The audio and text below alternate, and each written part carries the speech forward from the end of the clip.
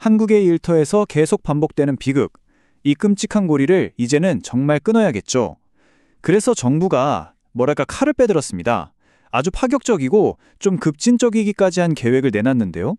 과연 이번에는 정말 다를 수 있을지 그 내용을 지금부터 함께 파헤쳐 보겠습니다. 자, 38조 원. 엄청난 액수죠?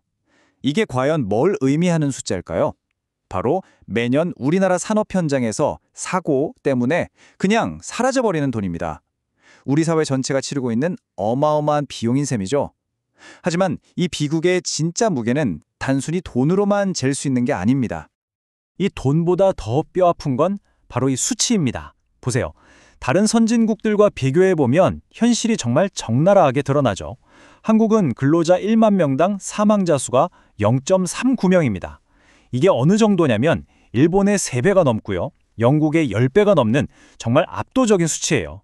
경제대국이라는 말이 무색해지는 믿기 힘든 현실입니다. 자, 그래서 이 심각한 문제를 제대로 파헤쳐보기 위해서요. 오늘은 이런 순서로 한번 이야기 나눠볼게요. 먼저 지금 위기 상황이 어떤지, 그리고 왜 이런 사고가 계속 반복되는지 그 원인부터 짚어보고요.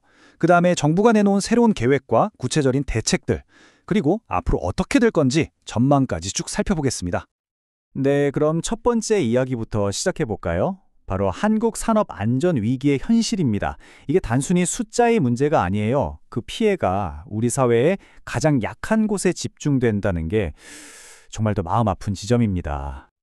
그럼 도대체 누가 가장 큰 위험에 처해 있을까요? 이 그래프를 보면 바로 답이 나옵니다. 사망자 절반 가까이가 하청 노동자고요. 또 10명 중 4명은 60세가 넘으신 어르신들이에요. 그러니까 위험한 일은 가장 힘없는 사람들한테 다 떠넘겨지는 이른바 위험의 외주화 구조가 여기서도 딱 보이는 거죠. 근데 진짜 더 황당한 건 뭔지 아세요? 사망사고의 60%가 추락, 끼임, 부딪힘 이런 진짜 기본적인 사고라는 거예요. 이건 뭐 피할 수 없는 사고가 아니라 솔직히 말해서 안 막은 사고에 더 가까운 겁니다. 아니, 이렇게 막을 수 있는 사고들이 도대체 왜 자꾸 반복되는 걸까요? 그 뿌리 깊은 원인을 한번 들여다보겠습니다.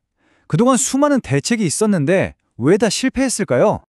정부가 딱 짚어낸 가장 근본적인 원인, 바로 이겁니다. 위험의 외주화. 일이 하청에, 재하청에 이렇게 여러 단계를 거쳐 내려가다 보면 안전을 챙겨야 할 책임은 그냥 흐지부지 공중분해되어 버리는 거예요. 결국 아무도 책임지지 않는 구조가 되는 거죠. 이게 말로만 들으면 잘 안 와닿을 수 있는데 이 실제 사례를 한번 보세요. 기가 막힙니다. 원래 평당 28만 원짜리 공사였는데 불법 하도급을 막 거치다 보니까 최종업체가 받은 돈은 고작 4만 원이었던 거예요. 그럼 그 사라진 24만 원, 그 안에는 당연히 노동자의 안전을 위한 비용도 있었겠죠. 이런 문제들이 서로 막 톱니바퀴처럼 맞물려서 최악의 상황을 만들어내는 겁니다. 원청은 어떻게든 책임 피하려고 하고 현장 노동자들은 불이익 받을까 봐 위험에도 말을 못하죠. 영세 사업장들은 안전에 투자할 돈도 방법도 잘 모르고요. 근데 막상 사고가 터져도 처벌은 솜방망이 수준입니다. 실제로 중대재해처벌법 위반 사건의 86% 이상이 집행유예로 끝났다고 해요. 이건 뭐 시스템이 그냥 완전히 고장 나버린 거죠. 자, 이렇게 완전히 고장 나버린 시스템, 정부는 어떤 처방을 내놨을까요? 이번은 그냥 땜질 처방이 아닙니다. 시스템 자체를 뿌리부터 갈아엎겠다는 아주 종합적인 전략을 들고 나왔습니다. 이번 계획은 크게 4가지 방향에서 동시에 문제를 해결하겠다는 건데요. 첫째, 가장 취약한 곳을 집중 지원하고요. 둘째, 책임져야 할 사람에게 확실히 책임을 묻습니다.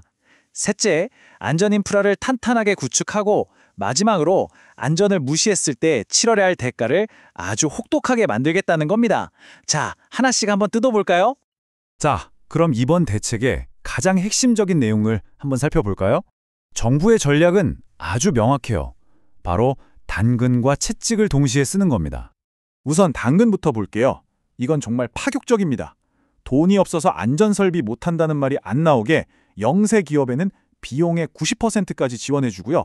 심지어 AI를 활용한 위험평가 도구 같은 것도 공짜로 제공합니다. 그런데 다른 한 손에는 아주 무서운 채찍을 들고 있어요. 만약에 반복적으로 사망사고를 낸다? 그럼 영업이익의 최대 5%까지 과징금을 물리는 건 기본이고요. 심하면 아예 사업장 문을 닫게 만드는 영업정지나 면허 취소 카드까지 꺼낼 수 있습니다. 그런데 사실 진짜 중요한 변화는 따로 있어요. 바로 현장에서 일하는 노동자들에게 직접 힘을 실어준다는 점입니다. 이제 노동자들은 우리 회사가 얼마나 안전한지, 사고는 얼마나 났는지 투명하게 알 권리를 갖게 되고요. 또 예전처럼 임박한 위험이 아니라 위험의 우려만 있어도 작업을 멈출 수 있는 거부할 권리에도 보장받습니다. 심지어 위험 상황을 신고하면 거액의 포상금까지 준다고 하니까 이건 정말 큰 변화죠. 네, 들어보니까 정말 야심찬 계획이죠. 그럼 이 계획이 그냥 말로만 끝나지 않고 실제로 언제 또 어떻게 실행될 건지 그 구체적인 로드맵을 한번 살펴보겠습니다. 정부의 계획을 보면 꽤나 속도감 있고 구체적입니다. 당장 내년 말까지 관련 법들을 다 뜯어 고치고요. 2026년부터는 새로운 지원책이랑 강력한 처벌 제도를 바로 시행에 옮깁니다. 여기서 끝이 아니에요. 2027년부터는 아예 안전 일터 특별위원회라는 걸 만들어서 이 문제를 장기적으로 그리고 지속적으로 관리하겠다는 겁니다. 자, 이 정말 거대하고 다각적인 계획. 과연 수십 년간 반복되어 온 이 비극의 고리를 이번에는 정말 끊어낼 수 있을까요? 우리 사회의 가장 아픈 문제 중 하나를 해결할 수 있을까요? 이 야심찬 약속이 정말 현실이 될 수 있을지 이제 우리 모두가 함께 지켜봐야 할 시간입니다.